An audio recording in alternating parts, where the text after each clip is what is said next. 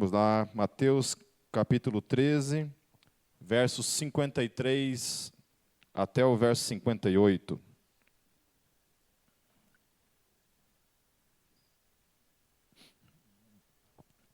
Diz assim o texto: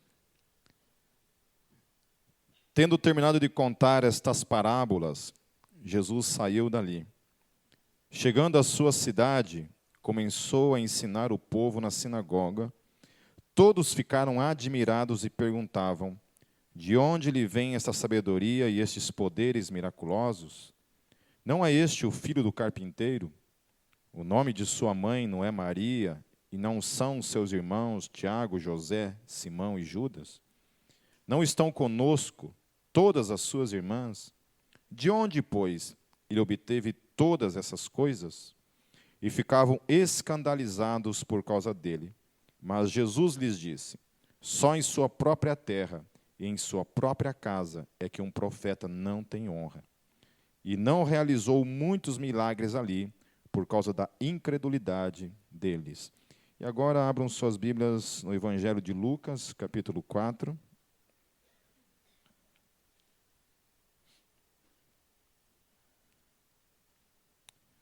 Versículos 16 e depois versos 28 a 30. Lucas 4, 16, diz assim: E chegando a Nazaré, onde fora criado, entrou num dia de sábado, segundo o seu costume, na sinagoga, e levantou-se para ler. Versículo 28. E todos na sinagoga, ouvindo estas coisas, se encheram de ira. E levantando-se, o expulsaram da cidade e o levaram até o cume do monte em que a cidade deles estava edificada, para dali o precipitarem. Ele, porém, passando pelo meio deles, retirou-se. O nome dessa palavra é profetas sem honra. Por mais que o texto esteja tratando a questão de um episódio que envolve a vida de Jesus, então Jesus estava vivendo o auge do seu ministério. Nós estamos vendo a questão dos evangelhos na sua ordem cronológica. Então Jesus estava no ápice do seu ministério em questão de milagres, em questão de operação de prodígios, em expulsão de demônios para todos os lados. Aonde ele ia, ele era acompanhado desses prodígios, desses milagres, dessas coisas que aconteciam como manifestação do reino de Deus nesse mundo. Quem assistiu essa semana o documentário que eu indiquei para vocês, O Dedo de Deus? Ninguém? Muito bom, fiquei muito feliz agora. Tem uns que começaram a assistir, apareceu uns dentinhos de ouro lá, já fecharam, falaram, não dá para assistir o resto, né? Então perderam o resto. Até nem sei o que falar mais, porque a pregação era em cima do dedo de Deus, então, vamos embora então, vamos orar para encerrar, amém? E assim, nesse documentário, uma coisa interessante que o documentário ele retrata a questão dos milagres, da manifestação dos milagres nesse mundo. Então, vários ministérios, desde a igreja no aeroporto de Toronto, que eu não sei já há quantos anos essa igreja mantém o seu culto, a sua adoração e a sua oração durante 24 horas por dia. Já há muitos e muitos anos que isso tem acontecido de modo incessante, lá nesse aeroporto, lá em Toronto, no Canadá. Então, essa é uma das experiências que retrata, e justamente foi nessa experiência que a galera assistiu, já fechou, já não quis mais nem assistir o resto, né? Mas, em todo caso, vou ter fé e acreditar. Eu creio em vocês, eu tenho esperança de que vocês vão se converter um dia e vão ouvir o pastor de vocês. E nesse documentário, há um momento em que o cara fala a respeito dessa questão da manifestação do milagre. O que é o milagre? Quando nós oramos, venha o teu reino, esse reino que nós estamos falando para vir, ele tem algumas manifestações. E é interessante a observação que ele faz quando ele diz que o que é o céu? Quando nós pensamos no céu, o que nós estamos tratando, do que nós estamos descrevendo? É um lugar onde não há mais choro, não há mais medo, não há mais doenças, não há mais habitação de demônios, obviamente. É um lugar que os demônios não têm mais acesso, ok? É um lugar onde a perfeição, Deus, todo o bem, toda a luz habita. Quando nós invocamos, nós pedimos para que esse lugar, que é o céu, o reino, venha sobre a terra, nós estamos então invocando essas manifestações.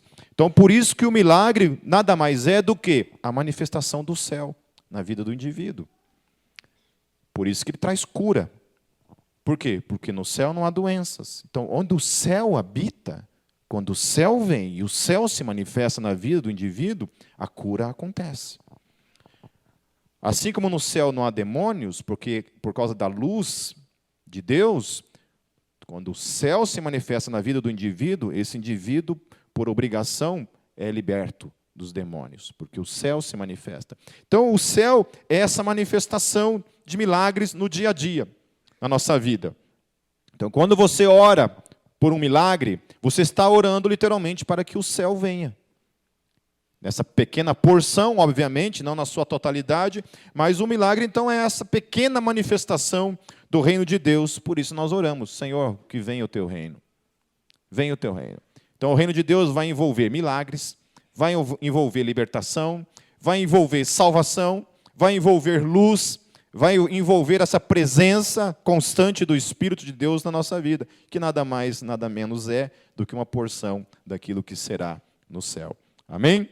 Então, Jesus ele estava vivenciando isso na vida dele. Ele estava trazendo o céu sobre a terra de uma maneira como nunca havia acontecido antes, por meio da sua vida. E após ele, então, começa o movimento da igreja. E a igreja se torna, então, esse grande movimento de trazer o céu sobre a terra em suas proporções, obviamente, pequenas.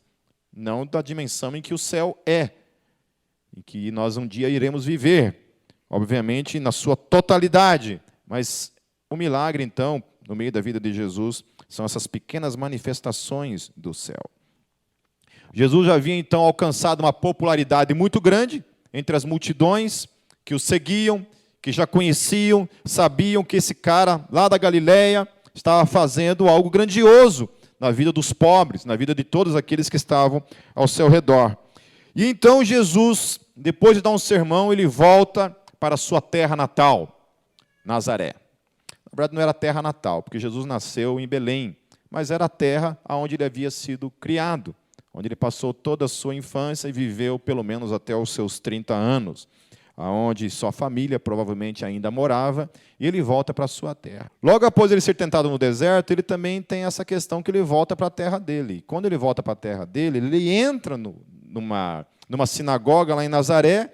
Ele lê esse texto de Isaías, a gente só leu uns pedaços dessa passagem toda, onde ele fala que a profecia de Isaías havia se cumprido na vida dele.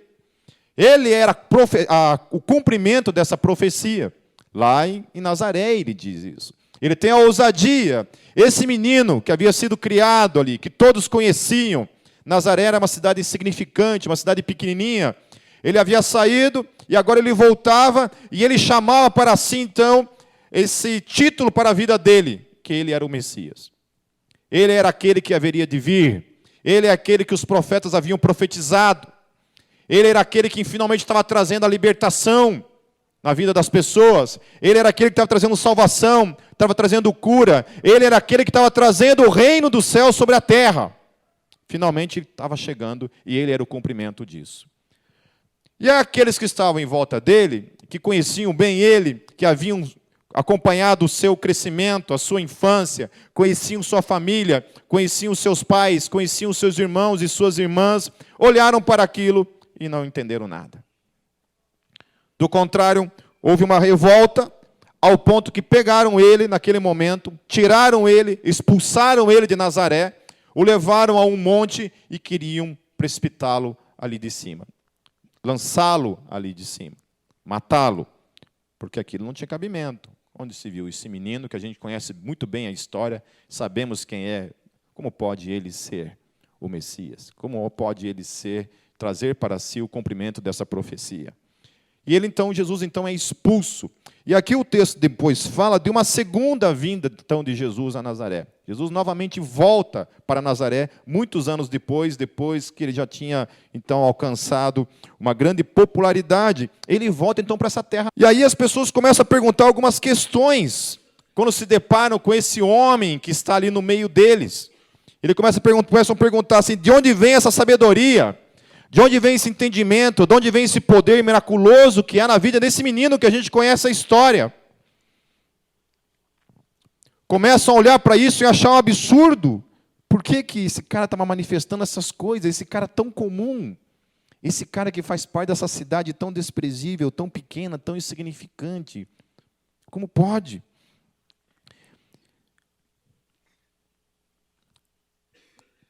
E o texto fala que eles ficam escandalizados. E o texto no original grego, essa palavra escândalo que está dizendo ali, significa tropeço. Eles tropeçam nele. Sabe o que é tropeçar, né? Você está andando, você dá uma tropeçada ali. Eu que tenho algumas coisas em mim que desfavorecem o equilíbrio, se eu tomar um pouquinho de frente, já cai de cara no chão. Não tem muitas desvantagens nesse aspecto.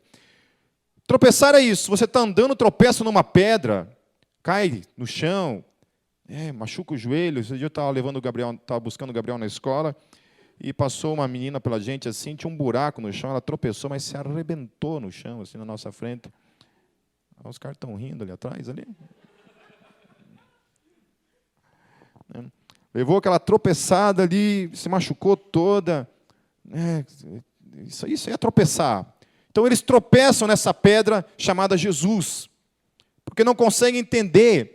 Alguns contrastes começam a acontecer, porque aquele cara desprezado, aquele cara que foi expulso da cidade, volta agora com tamanho poder, com tamanha sabedoria. Aqueles que antes eles olham para a vida dele e falam assim, quando ele chama para ele toda aquela responsabilidade messiânica, de manifestação do cumprimento de Isaías, e agora eles veem que isso se cumpre de fato na vida dele, porque os milagres finalmente acompanham a vida dele, a libertação de demônios acompanham a vida desse homem, e isso se torna então um tropeço para a vida deles. E o que isso tem a ver comigo e com você? O que isso tem a ver com a minha e com a tua história? Conhece a história de gente assim?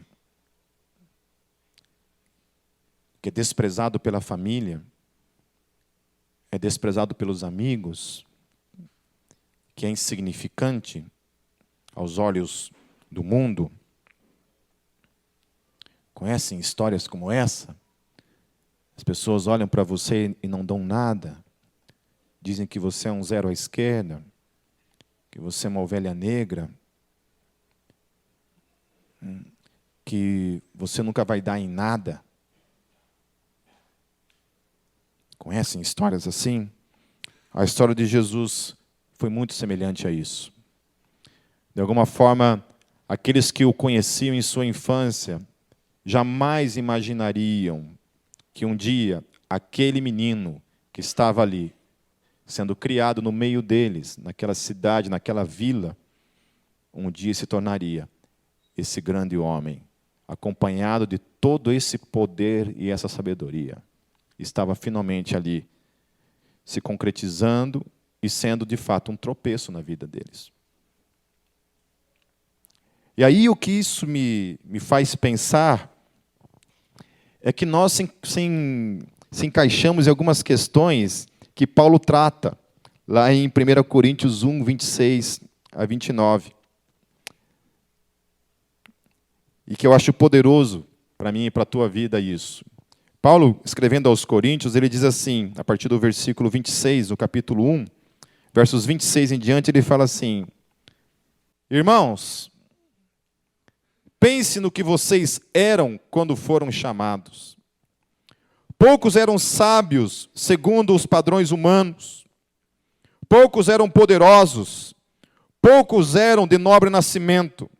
Aí ele começa a falar algumas coisas interessantes que tem tudo a ver comigo e com você.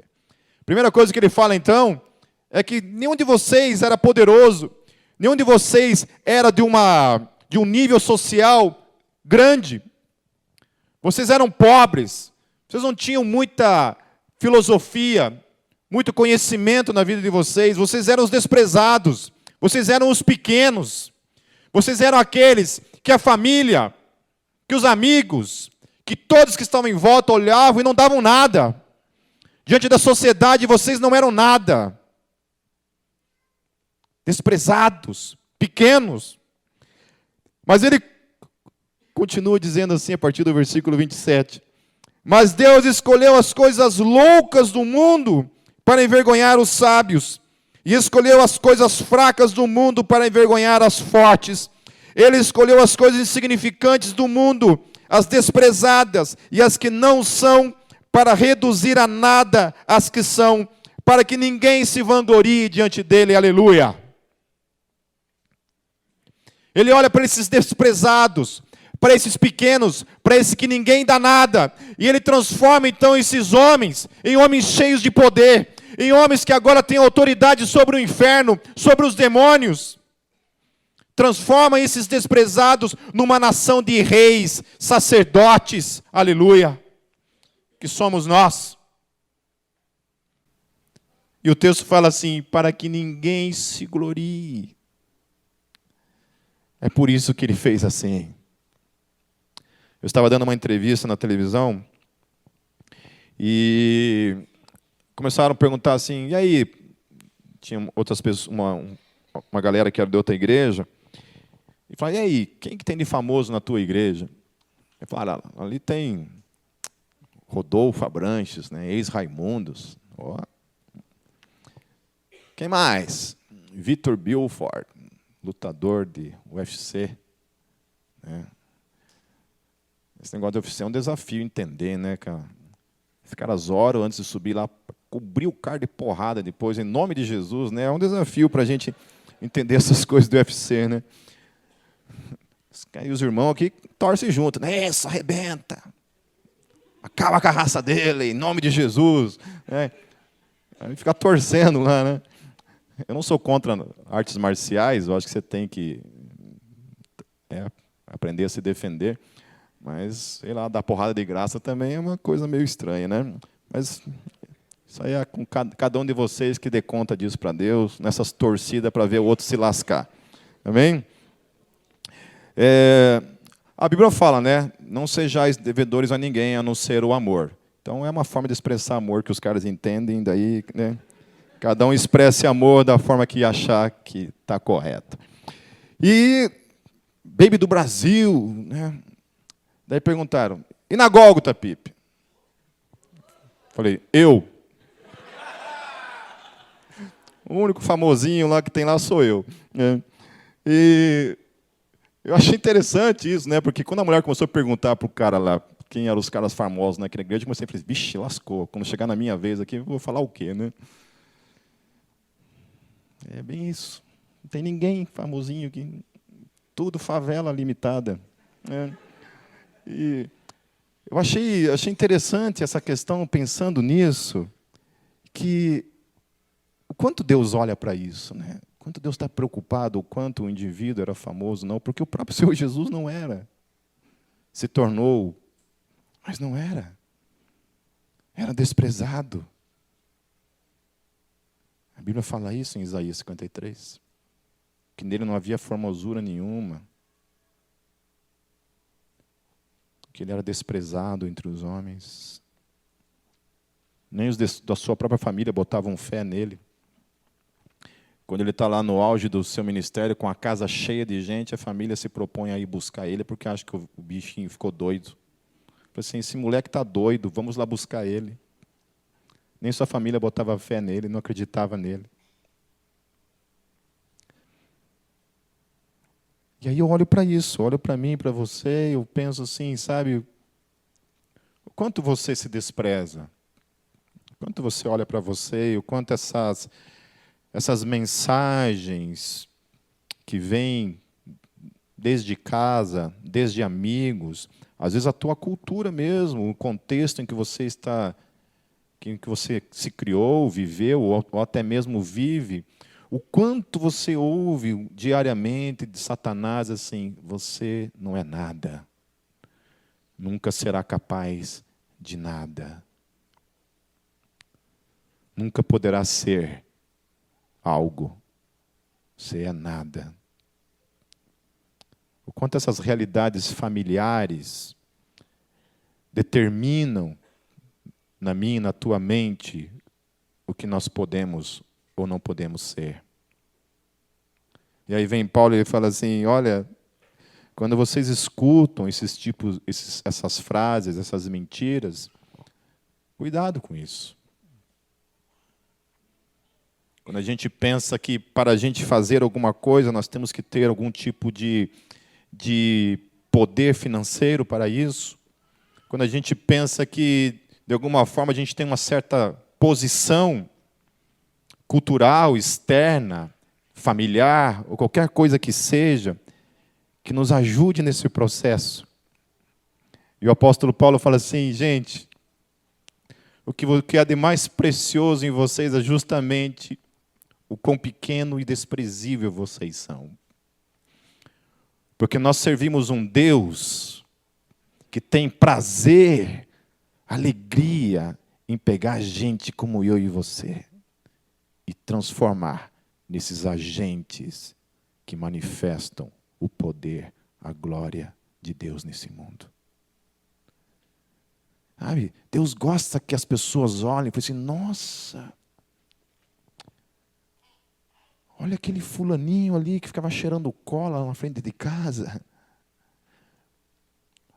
Olha agora quem ele é. Olha aquela menina ali, ó, rebelde, boca suja. A ovelha negra da família, que os pais diziam, nunca vai ser ninguém. E agora, olha quem ela é.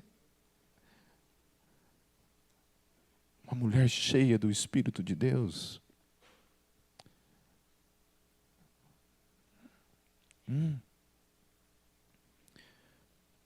Conversando com uma pessoa esses dias, e eu e a Kátia sentados com ela e aconselhando, e ela dizendo que não acredita no potencial dela, porque ouviu a vida inteira justamente que ela nunca ia ser nada na vida. E a gente olha para ela assim e vê toda uma potencialidade assim, e as coisas que ela faz as coisas com tanta perfeição assim. E a gente falando para ela assim, como é que você pode acreditar nessas mentiras? Queridos, eu escuto às vezes da boca de certas pessoas que se eu falasse aqui o nome da pessoa, eu falasse assim, olha, tal pessoa, por exemplo, se acha feia. Tipo eu.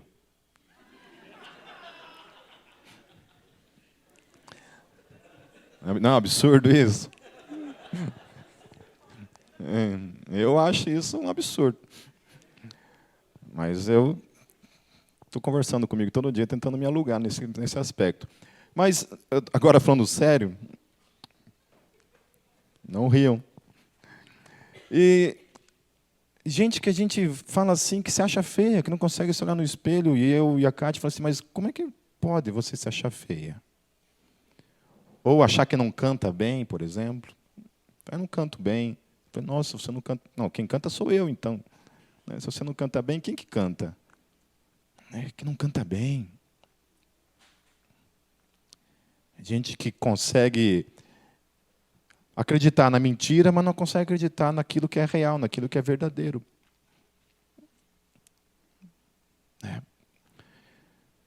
E aí, quando eu olho para a palavra, eu olho num Deus que justamente ama, persegue e levanta justamente esses desprezados, esses que são pequenos, esses que são ignorados por todos. Ele olha e fala assim, é esse aí mesmo. Eu não tenho nada contra o Rodolfo, o Vitor Bilford. Não tenho nada contra eles. A Bíblia do Brasil. Né?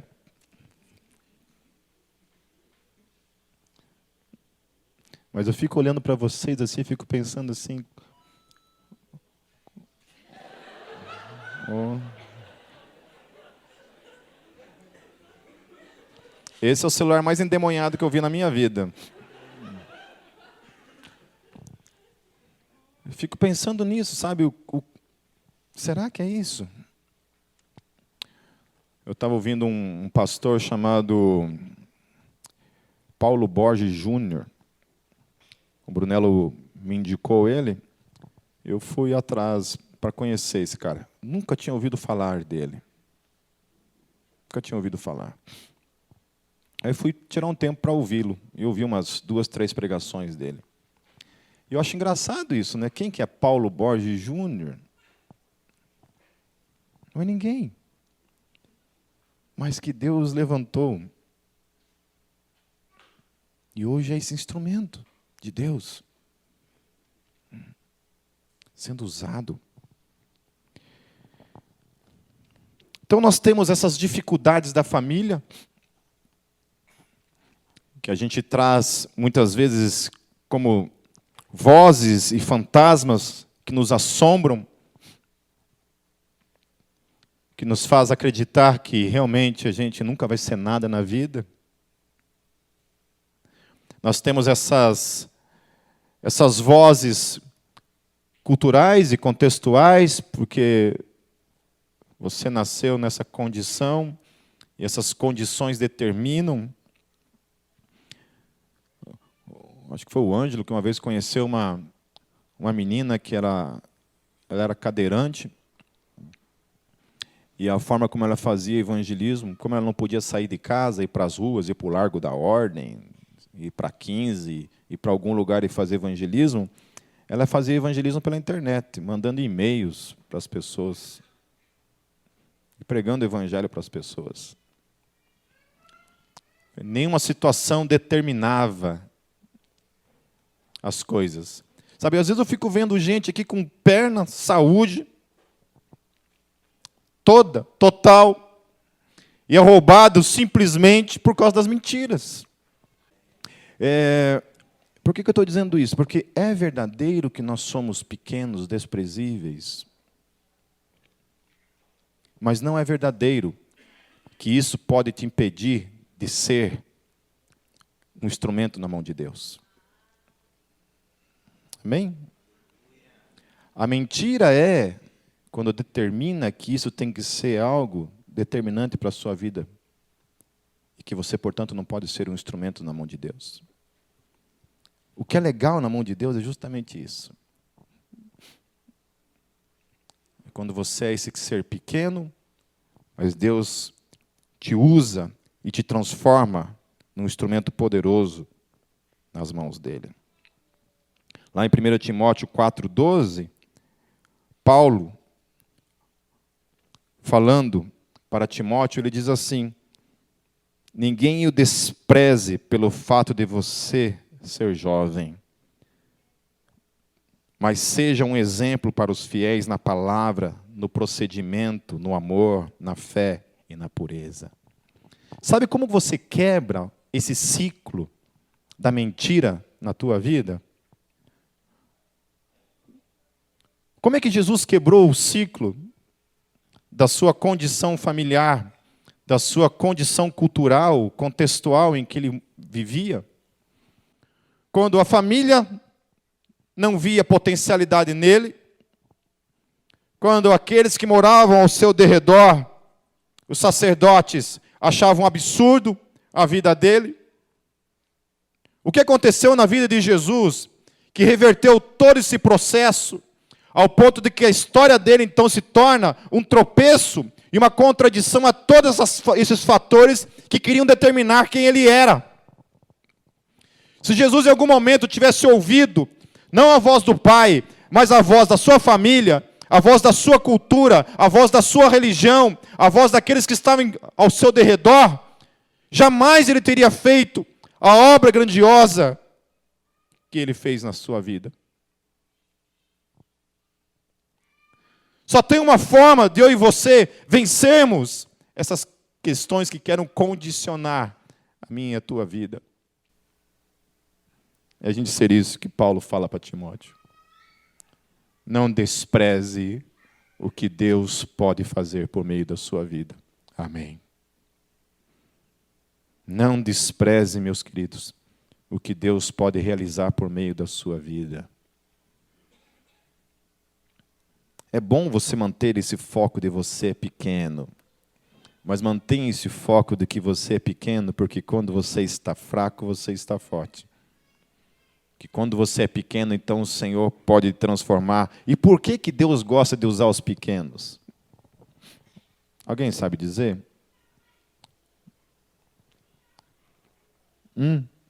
Por que que Ele gosta assim que você tenha consciência de quem você é e ainda assim Ele te usa? Para que ninguém se glorie. Aleluia! Para que ninguém se glorie diante dEle. É justamente por causa disso que Ele escolhe pessoas como eu e você. Quando a gente começa a olhar para a nossa vida, eu falo assim, olha, eu acho que Deus acertou quando decidiu me usar. Realmente eu concordo com Ele que eu sou o cara que Ele tem que usar.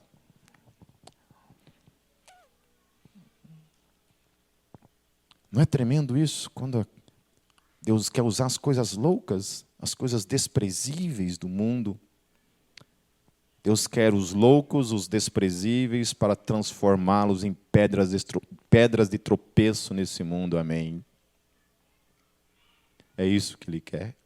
Aquele filho que era o filho rebelde, se transforma naquele filho agora um filho de oração, que lê a Bíblia, que tem sua vida transformada. Como muitas vezes eu recebi telefonemas de mães que falavam assim, pastor Pipe, eu falei, opa, eu sou mãe de fulano. Ai. Então eu queria agradecer porque meu filho está diferente. Ele mudou. Ou das vezes em que você recebe um abraço de uma esposa agradecendo porque a vida do marido dela também mudou.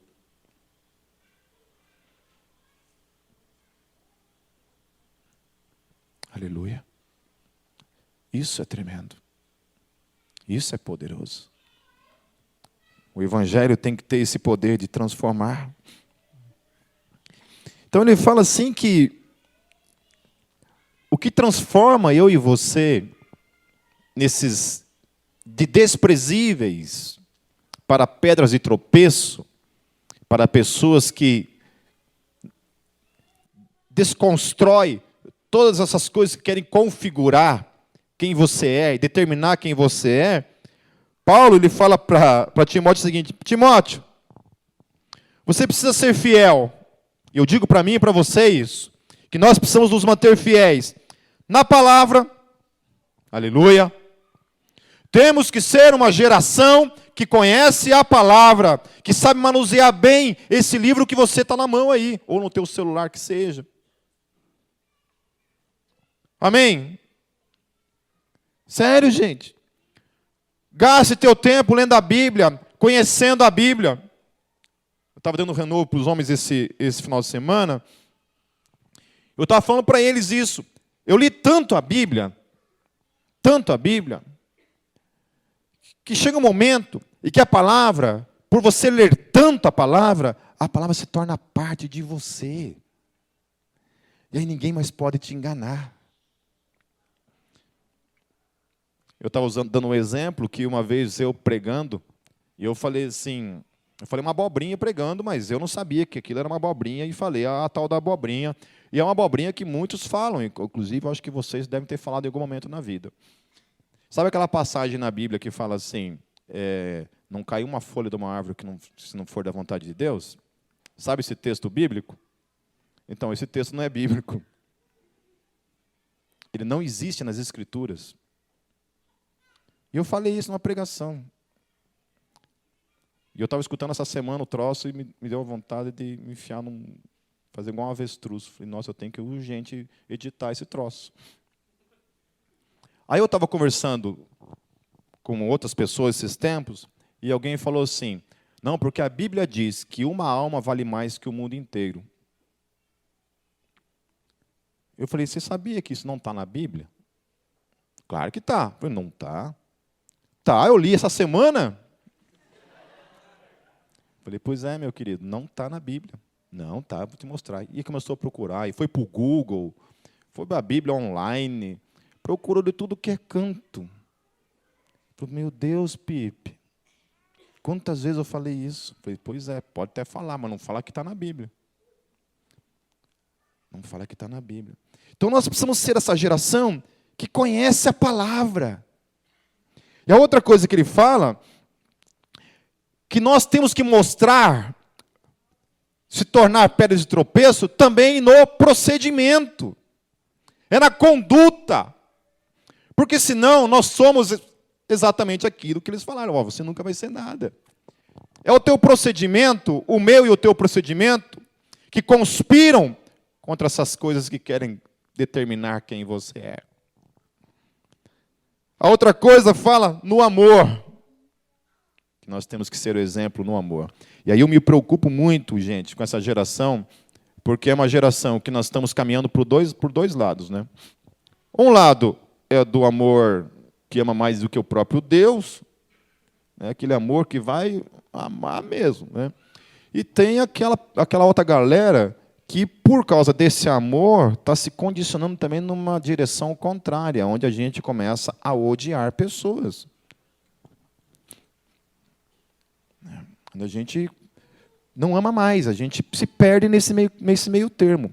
Então, o negócio é se manter aqui no centro. Temos que amar as pessoas, temos que ser contrários àquelas ideias que são contrárias ao Evangelho, mas temos que perseverar no amor. Amém? A outra coisa que ele fala é na fé. Amém? Fé.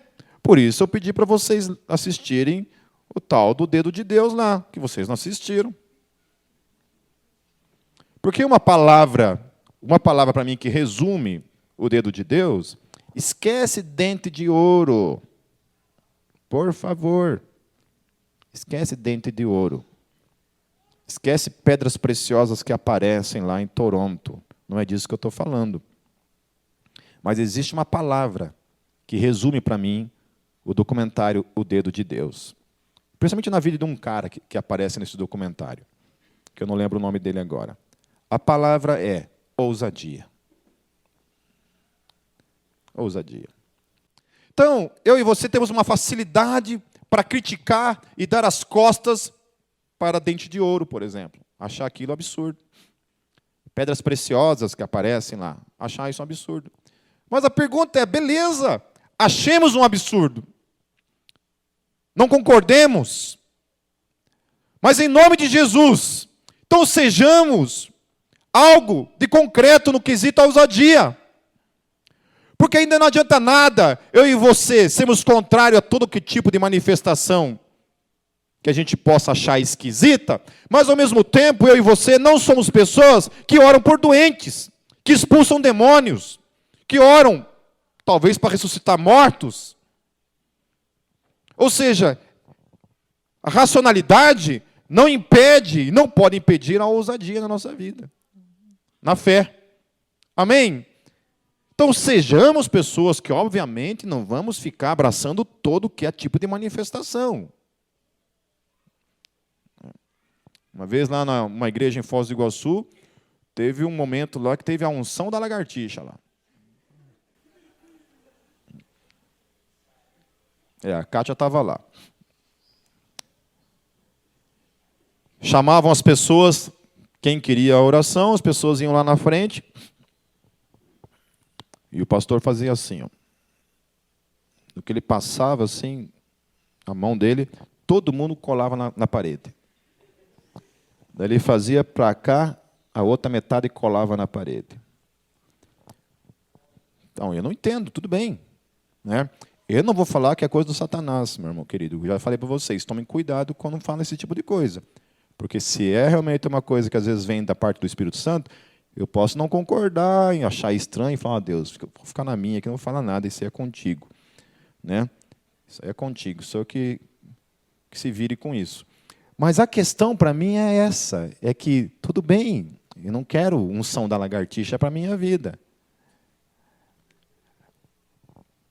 Mas daí tem a outra quesito, que é o quesito de que eu não oro pelas pessoas, eu não oro por milagres, eu não acredito mais em milagres. eu não expulso mais demônios. Eu lembro que quando a gente começou a Gólgota, todo santo dia, aparecia o diabo no meu quarto. Eu e a Cátia acordávamos madrugada, um ambiente pesado no quarto. Quando nós olhávamos, estava lá uma sombra, um troço estranho dentro do nosso quarto. E no começo a gente se assustava, tal, né, e orava, dava um tremor, né? E aí todo dia a igreja orando, a igreja buscando, fazia jejum coletivo, a igreja inteira entrava em jejum, buscava, orava, e orava. E Satanás vinha querer intimidar a gente. Chegou um tempo que eu estava tão acostumado de toda noite vinha ele querer perturbar meu sono, que às vezes eu acordava assim, via ele e falava assim, boa noite, e voltava a dormir. Até que chegou um ponto em que ele parou, e faz muito tempo que ele não vem me incomodar de noite. Eu não estou invocando de novo, não é isso. Não estou querendo, não é isso que eu estou querendo. Mas pode visitar a galera aí que não tem problema. Mas o que era interessante é que por a gente lidar com essas manifestações do sobrenatural todos os dias, isso nos colocava sempre de joelhos, orando. Eu sempre falo que o maior avivalista, um dos maiores avivalistas na Terra é o Satanás. Quer ver ele trazer um avivamento na sua vida? É ele se apresentar no teu quarto, você vê essas coisas. E a última coisa que ele fala na pureza. Uma vida de santidade. Pureza de coração. Sabe? É brincadeira, Thaís. Não vai aparecer bichão de noite, não, filha.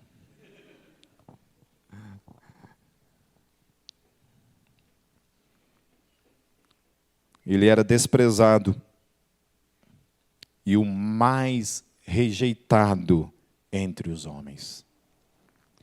Homem de dores e experimentado nos trabalhos. E como um de quem os homens escondiam o rosto. Era desprezado e não fizemos dele caso algum. O homem que era visto como o maior zero à esquerda, o texto está dizendo, nada mais, nada menos é o nosso Senhor, Jesus Cristo. E assim como Jesus foi aquele que venceu todas essas probabilidades contrárias, o apóstolo Paulo fala que Deus pode fazer a mesma coisa por meio da minha e da tua vida. Vocês lembram quando Jesus chega e diz assim, vocês farão obras maiores do que eu? Aleluia! Esses desprezados, pequenos, insignificantes, amém, aleluia. Que somos cada um de nós, podemos nos transformar nessas pedras de tropeço para esse mundo. Viver uma vida que contradiga tudo aquilo que quer determinar que você e eu não podemos ser nada. Mas as mãos do nosso Deus, nós nos transformamos em rei, sacerdotes, para ser um instrumento na mão dele. Trazer o céu, a manifestação do céu, na vida de todos que estão à sua volta. Feche seus olhos.